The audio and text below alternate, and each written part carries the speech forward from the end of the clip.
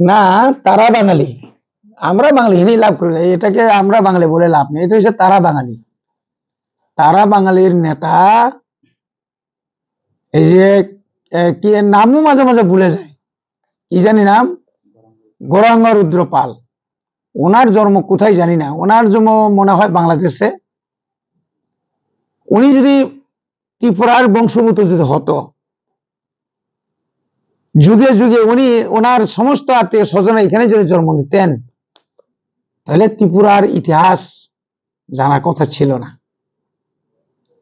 উনি ত্রিপুরার ইতিহাস সম্পর্কে কিছুই জানেই না। আচ্ছা রুদ্রপাল বাবু বলুন তো, তারা বাঙালির নেতা আপনি, বলুন না আপনি কতজন এখানে, আমি কোনো বাঙালির বিরুদ্ধে কথা বলছি না, আপনি বলুন না কোন বাঙালি এই দেশে, মানে ত্রিপুরা দেশে, এটা তো স্বাধীন রাষ্ট্র, এটা রাজার দেশ, কত নাম্বার বাঙালি রাজা আছে বলুন তো, আপনি বলতে পারবেন? আপনি এখানেই যদি জন্ম নিয়ে থাকেন, আপনার বংশরা, আপনি বলতে পারতেন। এইভাবে মিথ্যা কথা বলে মানুষকে বিভ্রান্ত না করে যুক্তিগতার কথা বলুন। আপনারা কেমনি এখানে বসবাস করবেন এই কথা বলুন, আপনাদের জন্য কি করতে পারেন এই কথা বলুন। খালি ইতিহাসকে বিকৃত করে ওই কিছু সংখ্যক উগ্র বাঙালিদেরকে হুস্কানি দিয়ে আমরা 2000 আগে 1999 কথা আমাদের এখনো স্মরণ আছে। আপনারা এই রাজ্যে অনেক কিছু করেছেন, ইউবিএলএফ নাম দিয়ে বিভিন্ন গাড়িতে আপনারা আক্রমণ করেছিল সেদিন, আমরা ভুলে যাইনি।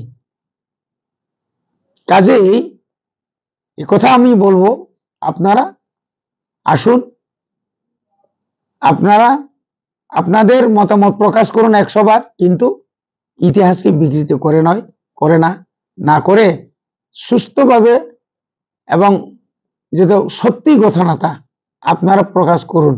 আপনারা কই থেকে আইছেন এই কথাও না বললেও দুনিয়ার মানুষ সবাই জানে আপনারা কই থেকে আইছেন।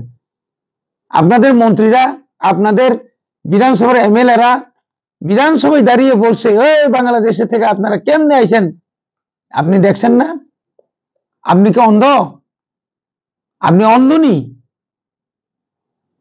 তা আমার কথা দরকার নেই তো, এখানে যতগুলো এমপিরা আছেন, মুখ্যমন্ত্রী, তারাই তো বলছে, আর আপনি বড় বড় দাগ মারেন না বুঝে।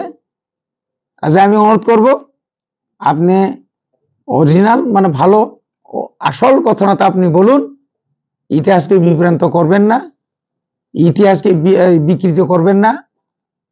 তারা বাঙালি এটা এইভাবেই থাকবো, এর থেকে আর বেশি বাড়বে না, নাহলে সব বাঙালিরাই আপনার লগে যাইতেন।